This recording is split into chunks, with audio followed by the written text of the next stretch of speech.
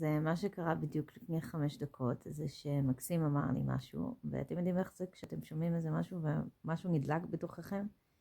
נדלקתי והתעצבנתי, כעסתי, השבתי לו, ומפה לשם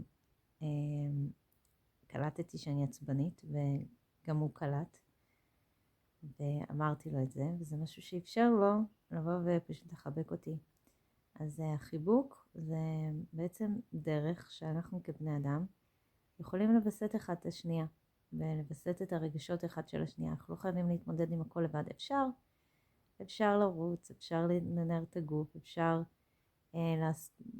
לכתוב רגשות ותחושות, אבל אפשר גם ביחד, וזה משהו שהוא זמין לנו.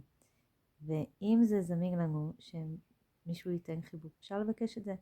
יש פה כל מיני סוגים של חיבוקים, מקסים מחבק אותי ככה מאחורה, ועוטף אותי כזה, סוג של הרסול, ויש חיבוק מהצד, וחיבוק מקדימה, ואיך בכלל מתקשרים שרוצים חיבוק, ומה קורה אם משהו לא נעים לי, או בא לי לסיים, או משהו באנרגיה, איך עושים את זה? אז כל זה אנחנו מתנסים וחווים מסיבת חיבוקים שאני מארגנת, במרחב בטוח עם גבולות בריאים. הפעם הבאה זה ב-12 לראשון.